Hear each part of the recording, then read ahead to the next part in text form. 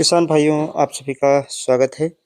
गन्ना और पत्ता गोभी की खेती ये हमारे किसान इन्होंने की है।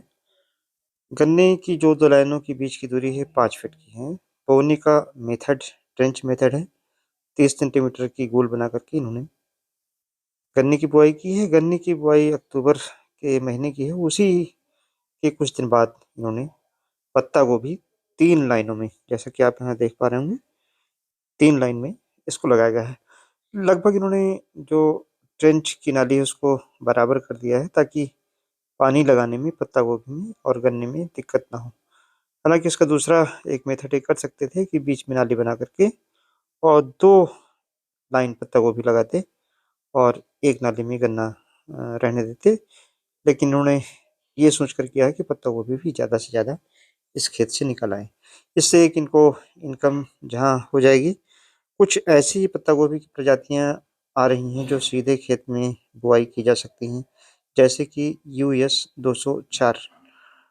पत्ता गोभी की एक इनकम इनको हो जाएगी, जिससे जो गन्ने की बुआई की लागत है वह निकल जाएगी। और इसके अलावा आगे इनकी जो योजना है, बसंत काल में इसी गन्ने में भिंडी लगा सकते हैं। और इसके अलावा खीरा, तरोई और ककड़ी ऐसी फसलें जो बसंत काल में हो सकती हैं, वो 2 लाइनों के बीच में यहाँ पर लगाई जा सकती हैं। किसानों जी, ये कुछ ऐसे मेथड हैं, ऐसे तरीके हैं, अगर जिनको आप देखें, सीखें और अपनाएं तो आपको भी फ़ायदा इनसे हो सकता है। चूँकि ये बीच की जो ज़मीन पड़ी हुई है 2 लाइनों के बीच में 5 फीट की, इसमें बीड उगते हैं, यानी खरपतवार उगते हैं। तो उसके लिए आपको निराई-गुड़ाई अलग से करनी पड़ती है। अगर हम सह-फसली खेती इसके स्थान पर कर लेते हैं, तो इसका सबसे बड़ा फ़ायदा ये है कि एक ओर हमको जहाँ इनकम मिल जाती है, वहीं दूसरी ओर खरपतवार नहीं उग पाते हैं। और गन्ना चूँकि सुसुप्तावस्था में इस समय रहता है, तो गन्ने के ऊपर भी कोई इसका बहुत प्रभाव नहीं पड़ता है।